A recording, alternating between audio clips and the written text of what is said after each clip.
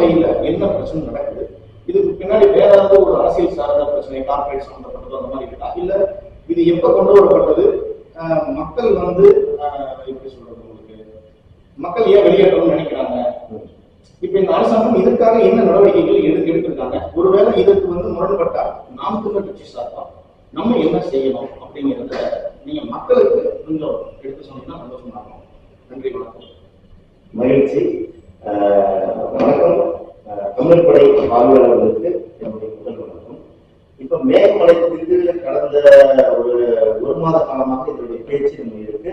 இந்த ஒரு மாத காலமாக நாம் தமிழர் கட்சி சார்பில் பல கூட்டங்களை ஆர்ப்பாட்டங்கள் நம்ம நடத்தியாச்சு. காரணம் என்ன அப்படின்னா, அங்க இருக்கக்கூடிய மக்களுடைய வாழ்க்கையினுடைய வாழ்வாதாரத்தை பாதுகாக்க வேண்டிய பொறுப்பும் கடமையும் நாம் தமிழர் கட்சிக்கு எப்பவுமே இருக்குன்னு நாங்க நம்புறோம். ஏன்னா நாங்க வந்து மலைகளை நேசிக்கக்கூடியவங்க, இயற்கையை நேசிக்கக்கூடியவங்க, மன விலங்குகளை நேசிக்கக்கூடியவங்க, கால்நடைகள் அனைத்து உயிருக்குமான ஒரு அமைப்பாக தான் நாம் தமிழர் கட்சி இருக்கு. அதனால நாங்க முதல்ல நாங்க வந்து இந்த மாதிரி மக்கள் வாழ்வாதாரத்தை பாதிக்கக்கூடிய எந்த ஒரு நிகழ்வாக இருந்தாலும் அதற்கு முதல் பொருளாக செந்தில் சீமான் அவர்கள் தான் முதல் குரல் கொடுப்பாரு. அந்த வகையில இதற்கு அறிக்கை விட்டுட்டு இந்த மேகமலை, இந்த மேகமலை பிரச்சனை அப்படின்னு நம்ம சொல்றோம் அப்படின்னா, இது எங்க இருந்து தோணுது அப்படின்னு பாத்தீங்கன்னா, மாத்தோரையில இருந்து வன பாதுகாப்பு பல விஷயங்களை நோக்கி எப்பயுமே கடந்து வந்துட்டே தான் இருக்காங்க. அதனுடைய தொடர்ச்சியாக மேகமலை வந்து ஸ்ரீவில்லிபுத்தூர் புலிகள் காப்பகமாக அறிவிக்கும் போது இங்க இருக்கிற மக்கள் அந்த வனத்துறை கொடுத்த அழுத்தத்தின் காரணமாக கடந்த காலத்துல ஒரு பொது வழக்கு, ஜான் கென்னடி என்பவர் கொடுத்த பொது வழக்கினுடைய தீர்ப்பின் அடிப்படையில உயர் நீதிமன்றம் மற்றும் உச்ச நீதிமன்றம் வந்து இவர்களை அங்கு இருக்கக்கூடிய பழங்குடியினர் அல்லாதோரை வெளியேற்ற வேண்டும், வருகிற ஆகஸ்ட் 28ஆம் தேதிக்குள்ள வெளியேற்றணும். அப்படி நீங்க வெளியேற்ற இங்க இருக்கிற காவல்துறையை வைத்து நீங்களால் முடியலைன்னா துணை ராணுவ படையை கூட அனுப்புவோம் அப்படின்னு சொல்லக்கூடிய அளவுக்கான தீர்ப்பு நம்முடைய உச்ச நீதிமன்றம் கொடுத்திருக்கு. இது முற்றிலும் நம்ம வந்து உச்ச நீதிமன்றத்துடைய தீர்ப்பை நம்ம விமர்சிக்கல, இது மக்களுக்கு எதிரான தீர்ப்பு என்று நாங்கள் சொல்கிறோம். காரணம் என்ன அப்படின்னு பாத்தீங்க அப்படின்னா, 2006 நாடாளுமன்றத்துல வன பாதுகாப்பு சட்டம் அப்படின்னு ஒன்று கொண்டாடுறாங்க. அந்த வன பாதுகாப்பு சட்டத்துல ரைட்ஸ் இருக்கு, அவங்களுக்கான உரிமைகள் இருக்கு. அந்த உரிமைகளை பறிக்கக்கூடிய தீர்ப்பாக இது இருக்கு. இதைத்தான் சொல்றோம், இந்த உரிமையை பறிக்கக்கூடிய அதிகாரம் மக்களுக்காக தான், சட்டம் எல்லாமே மக்களுக்காக தான். காலம் காலமாக இந்த வன பாதுகாப்பு சட்டம் 2006 என்ன குறிப்பிட்டிருக்காங்க அப்படின்னு நீங்க தெரிஞ்சுக்கிட்டீங்க அப்படின்னா, இது மக்களுக்கு எதிராக வந்தா அது ஆழமான தீர்ப்பா அப்படின்னு நீங்களே முடிவு பண்ணுங்க. 2006 வன பாதுகாப்பு சட்டத்துல என்ன சொல்றாங்க அப்படின்னா, அங்க வாழ்ந்து இருக்கக்கூடிய எந்த வனத்தில் வாழ்ந்து இருக்கக்கூடிய பூர்வ குடிகள், அதாவது அங்க இருக்கக்கூடிய பல குடிகள் கிட்டத்தட்ட 2005 டிசம்பர் 13ஆம் தேதி வரை யாரெல்லாம் அங்கு ஒரு முதல் தலைமுறையாக, குறிப்பாக ஒரு 75 நாடுகள் யாரெல்லாம் இருக்கிறாங்கிற அடையாளத்தினுடைய ஆதாரத்தை அனுபவத்தை கொடுத்தாவே அவர்கள் அந்த குடியேற்றப்பட்டவர்கள், அவர்களுக்கு அந்த வனத்தில் உரிமை இருக்கு. அந்த வனத்துல அந்த வனத்தை பயன்படுத்தக்கூடிய, அங்க போய் சொல்லிட்டு கொடுக்கலாம், அவங்களுடைய கால்நடைகளுக்கு தீவிரத்தை பண்ணலாம், இப்படி பல உரிமைகளை அந்த வன பாதுகாப்பு சட்டம் கொடுத்திருக்கு.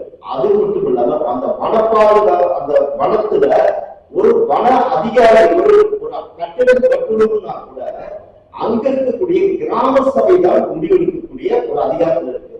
அப்படி இருக்கிற சூழல்ல கடந்த காலத்துல இந்த பொதுநல வழக்கு விசாரணைக்கு வரும்போது நம்முடைய கடந்த காலத்தில் இருக்கக்கூடிய ஆட்சியாளர்கள் சரியான வாதங்களை எடுத்து முன்வைக்கல. அதனால வாதத்தின் அடிப்படையில் தீர்ப்பு, அதனால நம்ம உச்ச நீதிமன்றத்தை அவருடைய தீர்ப்பு எதற்கு வாதத்தின் அடிப்படையில் தான். கடந்த ஆட்சியாளர்கள் வாதத்தை சரியாக எடுத்து வைக்கல அப்படிங்கிறது மிக மிக முக்கியமான சூழல்.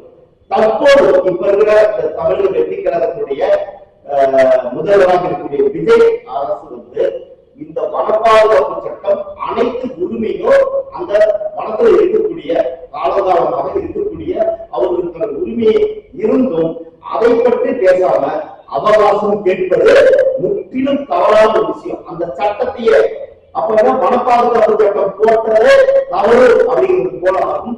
ஆகிய வன பாதுகாப்பு சட்டத்தை ஏற்று அவர்களுக்கு உரிய பட்டா வழங்கி அவர்களுக்கு பாதுகாப்பு கொடுக்க வேண்டிய பொறுப்பு தமிழ்நாடு அரசுக்கும் ஒன்றிய அரசுக்கும் உள்ளது என்பதுதான் என்னுடைய ஆணித்தரமான கருத்து. என்னோட சின்ன ஏன் வருஷ தரப்புல அவங்க கரண்ட் கனெக்ஷன் இருக்கு, தண்ணி கனெக்ஷன் இருக்கு, எல்லா விதமான வசதிகளும் ரேஷன் கடையில அரசாங்கம் சம்பந்தப்பட்ட எல்லாமே இருக்கு. அப்படி இருந்தும் ஏன் மக்களுக்கு பட்டா வழங்காம இருக்காங்க அப்படிங்கிறது என்னுடைய சின்ன தெரிஞ்சுக்கணும் நினைக்கிறோம். ஏன்னா ஒரு மக்கள் காலமாக அந்த பல்லாண்டுகள் வாழ்ந்ததாலதான் அவங்களுக்கு தேவையான ஒரு அடிப்படை உரிமைகளை, அடிப்படை பாதுகாப்புக்கு என்ன தேவையோ ஒரு அரசு செய்து கொடுக்க வேண்டிய கட்டாயம் இருக்கு அரசுக்கு. அப்படிதான் பாத்தீங்கன்னா அங்க இணைப்பு கொடுத்திருக்காங்க, அவங்களுக்கு அந்த ரேஷன் கடை இருக்கு, எல்லா விதமான சலுகைகளும் அவங்க கொடுத்திருக்காங்க. எப்படி நம்ம கீழே நம்ம இருக்கிற மக்கள் என்னென்ன அனுபவிக்கிறாங்களோ அது எல்லாமே அவங்க கொடுத்திருக்காங்க. அவங்க என்ன சொல்றாங்க அப்படின்னா 4600 பேர், கிட்டத்தட்ட 4595 பேர் பாத்தீங்கன்னா ஆக்கிரமிப்பு செஞ்சிருக்காங்க அப்படின்னு சொல்றாங்க. அந்த கிட்டத்தட்ட பாத்தீங்கன்னா 5000 ஏக்கர் 5000 ஹெக்டேர் பாத்தீங்கன்னா அந்த வனத்தை பயன்படுத்தியிருக்காங்க. அதெல்லாம் அவங்க ஆக்கிரமிப்பு இருப்பாங்க. அந்த ஆக்கிரமிப்பாளர்களை வெளியேற்றணும். நீங்க நினைக்கிற மாதிரி அங்க ஒரு பெரிய ரிசார்ட்டோ இல்ல ஒரு பெரிய இதோ இல்ல, ஆக்கிரமிப்புங்கிறது அவங்க ஒரு ஹெக்டருக்கு 2.5 ஏக்கர், அவங்க 2 ஏக்கர் 2 ஏக்கர் இருப்பாரு, 5 ஏக்கர் இருப்பாரு, 10 ஏக்கர் இருப்பாரு, இப்படி அவங்க விவசாயம் பண்ணிட்டு இருக்காங்க. அங்க இருக்கிற தொழிலே என்ன பாத்தீங்கன்னா இலவ பயிர் தான் ஒரு தொழில், முந்திரி ஒரு தொழிலா இருக்கு, அதுக்கு உணவுப் பொருட்களை பண்ணிட்டு இருக்காங்க. இது அவரோட அடிப்படையான உரிமையை அவங்க வாழ்வாதாரத்துக்காக அவங்க செஞ்சுட்டு இருக்காங்க. அப்படி இருக்கும்போது எல்லா வசதியும் செஞ்சு கொடுத்துட்டு இப்ப இதுல தொடர்ந்து நாம் தமிழர் கட்சி இப்ப கூட நிறைய தமிழ்நாட்டுல பல பகுதியில இவங்க ஆக்கிரமிப்பு செய்தார்கள், ஆக்கிரமிப்பை அகற்றணும்னு சொல்லிட்டு காலமா இணைப்பு கொடுத்து அவங்க வரி கட்டி எல்லாம் செய்தவர்களுக்கு பட்டாயிரம் ஆக்கிரமிப்பாளர்கள் நினைக்கிறாங்க. ஆனா இந்த 2007 பணச்சட்டம் என்ன சொல்லுது அப்படின்னா 2005 டிசம்பர் 11 யாரெல்லாம் அறிவிச்சாங்களோ அவங்களுக்கு உரிமை இருக்குன்னு சொல்லுது. 2006 சட்டம் போட்டாங்க.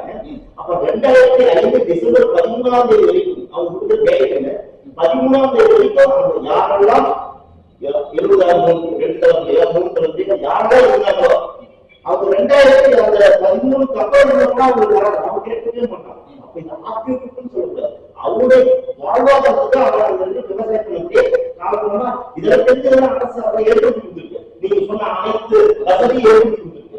அரசாங்கத்துல ஒரு மக்களின் வாழ்வாதாரத்துக்கு தேவையான எல்லா விஷயங்களும் செஞ்சு கொடுக்குது. இப்ப அவங்களுடைய வாழ்வாதாரத்தை பறிக்கிற மாதிரி வளம்புரி மக்களை மட்டும் இல்லாமல் என்ன பெரும்பான்மையான தமிழ்ச்சங்கங்கள் நேரம் வெள்ளக்காரங்க காலத்துக்கு முன்னாடியே போயிட்டாங்க. அப்படி அவங்களுக்கு தேவையான எல்லா வசதியும் செஞ்சு கொடுத்து அவங்களுடைய தொழில் முறையை அவங்க விவசாயம் செய்யறது மட்டும்தான். அந்த பகுதியில் என்ன விளையுமோ அதை வச்சுதான் இலவசம் வச்சுதான் அவங்க இது பண்றாங்க. அந்த இலவச தோட்டத்துக்கு வேலைக்கு கூட்டிட்டு அவங்கள ஆக்கிரமிப்பு செய்ய வைக்கிறதா பல்வேறு மீடியாக்கள் தப்பா பரப்புறாங்க. இது என்னுடைய பிரச்சனை தான் இருக்கு. ஏன்னா நம்ம அடிப்படையா ஒரு காடு சார்ந்த வாழ்க்கையில் இருக்கிறத விவசாயம் கிடைக்க வரும். பல்வேறு தலைமுறையா நம்ம இந்த இடம் மட்டும் எல்லா இடத்துலயுமே வாழ்றாங்க. மலைவாழ் மக்கள் எல்லா பக்கமே வாழ்றாங்க, இயற்கையா வாழ்றவங்க இருக்காங்க. போர்க்காலங்கள்ல மலை மேல நம்ம பாதுகாப்புகள் குடியேறி அந்த காலத்துல இப்ப வரைக்கும் இருக்கிறாங்க. இப்ப இப்படி இருக்கும்போது அரசு எல்லா வேலையும் செய்து கொடுத்துக்கிட்டு இப்ப அவங்களுடைய வாழ்வாதாரத்தின் அடிப்படையே பறிக்கிற மாதிரி சில காரணங்கள் மட்டும் பேசுவது சரியா? இப்ப 2021 தான் ஸ்ரீவில்லிபுத்தூர்ல இருக்கக்கூடிய அனைவரும் சரணாலயோட இணைக்கிறாங்க. அப்ப இதுக்கு முன்னாடி அரசாங்கமே இவ்வளவு விஷயங்களும் பண்ணி கொடுத்துருக்கு. அதுக்கே அப்ப தெரியலையா மக்களுக்கு? இல்ல, அதுதான் அப்ப இருக்கிற அரசுகளே இந்த சரியா வாதத்தை முன் வைக்கல. அதற்கான அவங்களுக்கு பட்டா அப்படியே கொடுத்துருக்கலாம், அதை அவங்க செய்ய தவறிட்டாங்க. ஆனா பட்டா இருக்குது இல்ல, பாதுகாப்பு வாழ்ந்துட்டு இருக்கான்.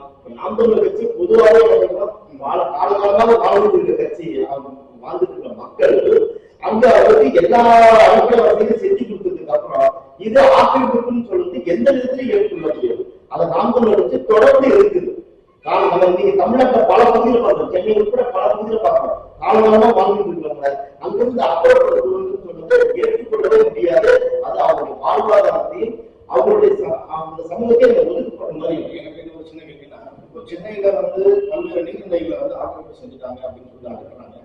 அது இப்போ சில பேர் அந்த பட்டா போட்டு இந்த அது என்ன சொல்லுவாங்க பிளாட் போட்டு விற்கிறாங்க.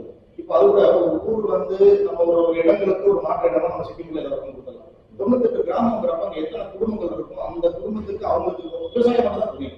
ஒவ்வொருத்தரும் ஒரு ஏக்கர் 2 ஏக்கர் அந்த காடுகளை வந்து விவசாய பகுதியா மாத்தி மாத்தி மாத்தி பண்ணிட்டு இருப்பாங்க. இப்ப இவ்வளவு பேரையும் வெளியே இறக்கணும்னா இதுக்கு அரசாங்கம் ஏதாவது ஒரு பக்கம் மாற்று ஏற்படுத்துமா? ஏன்னா அது கண்டிப்பா நடக்கும் அப்படிங்கிறது என்னுடைய ஒரு கணிப்பா இருக்கு. ஏன்னா அரசாங்கம் வந்து மக்களுக்கு எதிரான விஷயங்கள் நிறைய இடங்கள்ல நிக்குது. நான் அதை தப்பா சொல்லக்கூடாது. ஏன்னா கண்டிப்பா அதுதான் உண்மை. நானும் இந்த விஷயங்கள் அரசுக்கு எதிரான ஒன்று. அதுல எந்த 40 மக்கள் தான், நான் எந்த கட்சியை சார்ந்த கிடையாது. இது வந்து அடிப்படையா ஒரு காடுகள்ல வாழக்கூடிய ஒரு வாழ்வாதாரத்தை ஒரு கிராமத்தை அழிக்கக்கூடிய ஒரு வேலையை தான் அந்த அரசாங்கம் செய்யுது. இப்போ இவ்வளவு நாள் கழிச்சு இந்த குடிகள் வந்து சரணாலயம் சேரக்கூடிய பகுதி பிரைவேட் பீப்புள்ஸ் மட்டும் தான் இருக்கணும், மற்றவங்க எல்லாம் அங்கே இருக்கக்கூடாது. அப்புறம் ரெசார்ட் கட்டும்போது பர்மிஷன்ஸ் மற்ற எல்லா இடத்துக்கும் பர்மிஷன் கொடுக்குறாங்க. இப்ப இவ்வளவு விஷயங்களையும் பண்ணிட்டு இதுக்கு மாற்றம் அவங்க வேற எந்த விஷயத்துக்கும் போகாம அது இருக்கிறவங்க எல்லாத்தையும் வெளியேற்றவங்களுக்கு மட்டுமே குடிக்கலாம் வைக்கிறாங்க. இதுக்கு பின்னாடி தான் மாஃபியா செயல்படுதா இல்ல அங்க ஏதாவது இதுக்கு மாற்றம் நீங்க என்ன ஒரு உதாரணம் கிட்டத்தட்ட இந்த ஒன்றிய அரசு இந்த வனப்பாதுகாப்பு சட்டம் போட்டதற்கு பிறகும் கூட கிட்டத்தட்ட இங்க இருக்கிற 5000 ஹெக்டர் மட்டும்தான் இங்க இருக்கிற வாழ்ந்துருக்காங்க மக்கள். கிட்டத்தட்ட 5 லட்சம் ஹெக்டேர் வந்து ஒரு சுரங்கப்பாதைக்காகவும் ரயில் நிலையங்கள ரயில் போக்குவரத்துக்காகவும் மலையில குறைஞ்சோ கிட்டத்தட்ட 5 லட்சம் ஹெக்டேர் வந்து விமான நிலையத்துக்காகவும் நிறைய ஆராய்ச்சி பண்ணிருக்காங்க. இது அது வந்து அது தெரியல. அப்ப இது நோக்கம் அது கிடையாது. இது வந்து இந்த அரசாங்கம் இந்த தவறான வாதத்துக்காக இந்த தீர்ப்பு நம்ம சொன்னாலே தீர்ப்பு கொடுத்த அந்த உச்ச நீதிமன்றத்தை நாம அதே இல்லை இந்த வாதம் முன்வைக்கல. இதுக்கு முன்னாடி இருந்தா வாதம் முன்வைக்கல. ஆனா இப்ப ஒரு வாய்ப்பு இந்த தாவைக்காரன் அரசுக்கு இருக்கு. அந்த அரசு என்ன பண்ணணும் அப்படின்னா இதை வந்து இந்த நாங்க வந்து வன பாதுகாப்பு சட்டத்தை அமல்படுத்துறதுக்கு எங்களுக்கு எல்லா வாய்ப்பும் இருக்கு அப்படிங்கிறத முன்னிறுத்தி அதுக்கு மறுசீராய்வு மனுவை அவங்க தாக்கல் பண்ணணும். வரக்கூடிய 20 அதுக்குள்ள அவங்க பண்ணணும் அப்படிங்கிறது தான் நாம் தமிழர் கட்சியினுடைய கோரிக்கை. இதை எவ்வளவு நீங்க அந்த அப்புறப்படுத்தினா மிகப்பெரிய போராட்டத்தை நாம் தமிழர் கட்சி அதை சீமான் தலைமையில முன்னெடுப்போம். நாங்க இதெல்லாம் பஞ்சமாற்றம் மக்களுக்கு நாங்க 90 கிராம மக்களுக்கு நாங்க தொழில்நுட்போம் நிச்சயமா. இது சட்டப்பூர்வமாக அவங்க அங்கீகரிக்கப்பட்டது. அந்த வன பாதுகாப்பு சட்டத்தின் மூலமாக அங்க இருக்கிற யாரு 2005 டிசம்பருக்கு பின்னாடி வந்தவங்க அதுக்கு முன்னாடியே காலகாலமாக இன்னைக்கு சோசியல் மீடியால பாத்தீங்க அப்படின்னா 75 வயது பாட்டி இருக்காங்க, முதியவர்கள் இருக்காங்க. அந்த காலமாக வாழ்ந்துருக்காங்க, பல நாடுகளாக வாழ்ந்துருக்காங்க. அவங்க வாழ்வாதாரத்திற்கு எதிராக யார் எது செய்தாலும் அது அரசாங்கம் எது இருந்தாலும் அதற்கு மக்களுக்கு ஆதரவாக அங்க இருக்கக்கூடிய மக்களுக்கு ஆதரவாக நாம் தமிழர் கட்சி நிச்சயம் போராடும். இதற்கு நாங்கள் பல போராட்டங்களை முன்னெடுத்துட்டு இருக்கோம். அது உங்களுக்கு சமூகத்தை தெரியும். அந்த மேகமலையில் இருக்கக்கூடிய நிறைய இளைஞர்களாக இருக்கும் ஒரு சிலர் வந்து தற்கொலை முயற்சிக்குரிய ஈடுபட்டிருக்காங்க. அப்புறம் கண்டிப்பா அந்த அரசு இருக்கிறார் தற்கொலை நாங்கள் செய்து கொள்வோம் அப்படின்னு சொல்லியிருக்காங்க. இப்போ நாம் தமிழர் கட்சி சார்பாக இப்போ அரசாங்கம் மக்களை கைவிட்டுட்டாங்க. இப்ப இந்த அவினாசி நடக்கிற போலீஸ் பாதுகாப்போட வந்து விளையாட்டு போனாங்க இல்லையா, அந்த மாதிரி மக்கள் கைவிட்டுட்டாங்க. அதாவது அரசாங்கம் வந்து மக்களை கைவிட்டுட்டா நாம் தமிழர் கட்சி சார்பா அடுத்து சட்ட ரீதியாக இது எப்படி நிச்சயம் அதற்கான சட்ட வழிபாடு அணுகிட்டு இருக்கோம். அதற்கான முயற்சிகளை கண்டிப்பா நாம் தமிழர் கட்சி எடுக்கும் அப்படிங்கிறது நான் நம்புறேன். நான் வந்து போராட்டங்கள் முன்னெடுக்கிறோம். எப்பவுமே பல விஷயங்களுக்கு சட்ட போராட்டம் நடத்தி நாம் தமிழர் கட்சி தீர்வு பெற்றிருக்கு. நிச்சயம் இதற்கு அந்த சட்ட போராட்டம் நிச்சயம் எடுக்கும். கண்டிப்பா எனக்கு இன்னொரு கேள்வியும் இருக்கு. இப்போ பூமி வந்து மனிதர்களுக்கு மட்டுமல்ல அனைத்து விலங்குகளுக்கும் சொந்தம் அப்படிங்கிறது நம்ம கட்சி சார்ந்தா இருக்கும். இல்ல அண்ணன் அவருடைய இதுல குடி இல்லை அப்படின்னா மாநிலம் ஒரு எல்லா விஷயமும் பேசியிருக்காரு, நிறைய பேசியிருக்காரு, சொன்னா நிறைய சொல்லலாம். இப்ப அப்படி இருக்கும்போது குடிகளுக்கும் அதற்கான வாழ்வாதாரத்துக்கும் அடிப்படையா நம்மளுக்கு இந்த காடுகள் தேவை. அப்ப அந்த இடம் தான் அப்படிங்கிற பட்சத்துக்கு இதற்கு மாற்ற ஏதாவது ஒரு யோசனைகள் இருக்கா? இப்போ புலிகளும் வேணும், மனிதர்களும் முக்கியம் தான்.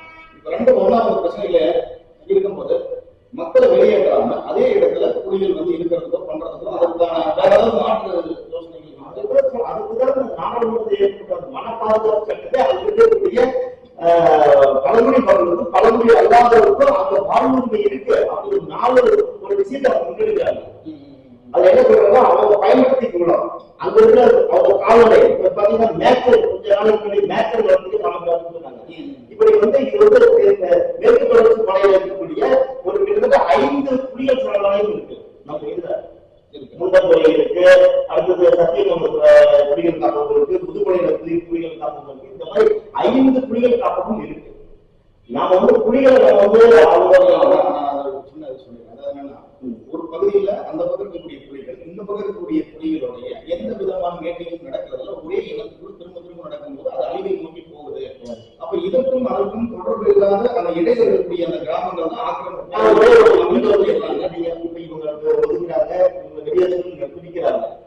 அது சட்டத்தின் மூலமாக கிடையாது. நான் ஒரே ஒரு கேள்வி கேட்கிறேன். இந்த கடந்த காலத்துல இந்த பழங்குடியினர்கள் வனத்துறை ஏதாவது புலிகளை இந்த பழங்குடியினர்கள் அடித்ததாகவோ இல்லை அந்த புலிகளுக்கு சேதத்தை ஏற்படுத்தியதாகவோ ஏதாச்சும் வழக்கு அந்த மாதிரி எந்த வழக்கம் இல்லை. அப்படி இருக்கும்போது அவங்க காடு காடு வாழ்க்கைதான் வாழ்ந்துட்டு இருக்காங்க. அப்படியே இல்லாத ஒரு விஷயத்த இவருடைய சுரங்கம் சுரங்கத்தை வளைய குறைஞ்சு சுரங்கத்தை பண்றதுக்கு பல லட்சம் ஏக்கர் ஹெக்டேர் இருக்கிறார் இவங்க. ரயில் போக்குவரத்துக்கு பண்ற இவங்க இது வந்து தப்பான ஒரு வழிமுறை. அவங்களுக்கு காப்பீட்டுக்கு எடுத்து கொடுத்த போது இதே சுப்ரீம் கோர்ட் ஏன்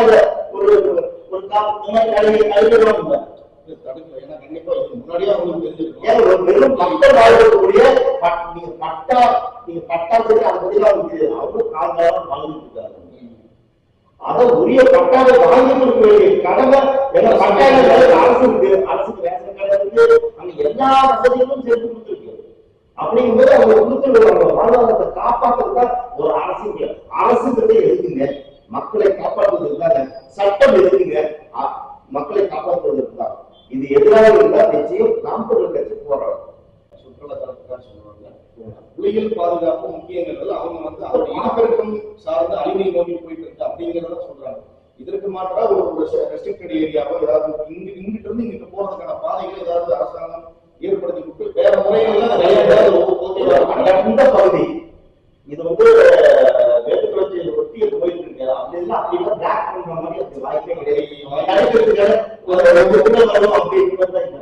இருக்கிற மக்கள் எல்லாம் என்ன சொல்றாங்க, எல்லா புலிகளும் பிள்ளைகளோட விளையாண்டு இருக்காங்க.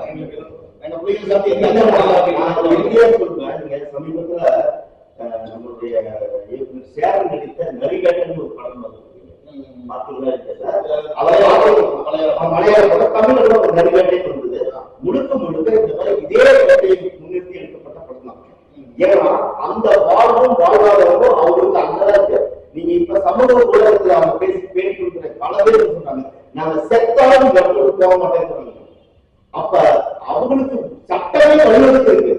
அவங்க கிராம சபை தான் முடிவு பண்ணணும். இது யாரும் முடிவு பண்ண முடியாது. அந்த கிராம சபை முடிவு பண்ணி அவங்களுக்கு எங்களுக்கு என்ன ரைட்ஸ் இருக்குது அவங்களே தேர்ந்தெடுத்து அவங்களே முடிவு பண்ணக்கூடிய ஒரு விஷயத்த இது வெளியில பண்றது இது ஒரு தவறான ஒரு முன்னுதாரணம். இது நிச்சயமா மக்கள் மீது ஏறக்கூடிய ஒரு அடக்குமுறை தான். இது சட்டத்தின் வழியாக பொதுநூல் வழக்கு மூலமாக போட்டது. அது எதற்காக போட்டாங்க? அந்த ஆட்சிகள் போறாங்க பாதங்களை அடிப்படையில் தீர்க்க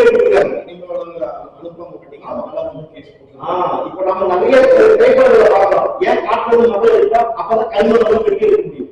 நம்ம நாட்டில் இருக்கக்கூடிய கல்வரத்தை வெட்டி சூழலாக இருக்கலாம். அதை தடுக்கிறதுக்கு எந்த நாங்க அதான் எதிர்பார்க்கிறோம். ஒரு சுப்ரீம் கோர்ட்டுக்கு வந்து நம்மளுடைய தமிழ்நாட்டில் வந்து கனிமவரங்களை வெட்டி வெட்டி கல்வி மண்ணு எல்லாமே அறிவிக்கக்கூடிய எல்லா போகுது. இதை வந்து ஒரு காணாம முன்னிருந்து போட்டாலும் அது வந்து ஒரு அரசினுடைய கொள்கை முடிவு சொல்லக்கூடிய ஒரு உச்ச நீதிமன்றம் இந்த 2006 வனப்பாதுகாப்பு சட்டத்துல கொடுக்கப்பட்ட அனைத்து அம்சத்தையும் கடைபிடித்தாலே இந்த தீர்ப்பே முரணானது அப்படிங்கிறது நான் சொல்றேன். கண்டிப்பாக பல்வேறு தகவல்களை வந்து நீங்க சொல்லியிருக்கீங்க, அதான் மக்களுக்கு புரியும்படி சொல்லியிருக்கீங்க. கண்டிப்பா வந்து இந்த பிரச்சனைகளை வந்து நாம் தமிழர் கட்சி சார்பாக கண்டிப்பா போராட்டங்கள் வந்து அதிகமாக முன்னெடுக்கப்படுறது தமிழ் படி சேனல் மூலியமா நாங்கள் சொல்லி விரும்புகிறோம். தமிழ்நாடு இருக்கக்கூடிய அனைவருமே வந்து காடு சார்பில் தான் நம்ம வாழ்ந்து வந்தோம். அரசு வந்து மக்களுக்கு எதிரான பல்வேறு அடக்குமுறைகளை கொண்டு வரும்போது இந்த சேனல் மூலியமா கண்டிப்பா அதை நாங்கள் வெளிக்கொண்டு வருவோம். இது நேரடியாகவும் நம்ம கொண்டு வருவோம். இதை நாங்கள் கண்டிப்பா அது நடக்கும் நம்புறேன். இந்த அரசு வந்து மக்கள் மீது அடக்குமுறை எப்ப எதில் கையாண்டாலும் அதுக்கு வந்து கண்டிப்பா வந்து நாங்க வந்து எதிர்ப்பு தான் தெரியும். சாமானிய மக்களா இருந்தாலும் சரி நான் எதிர்ப்பு தான் தெரிவிக்க விரும்புறோம். கண்டிப்பா ரொம்ப நன்றி. பல்வேறு தகவல்களை சொன்னேன்.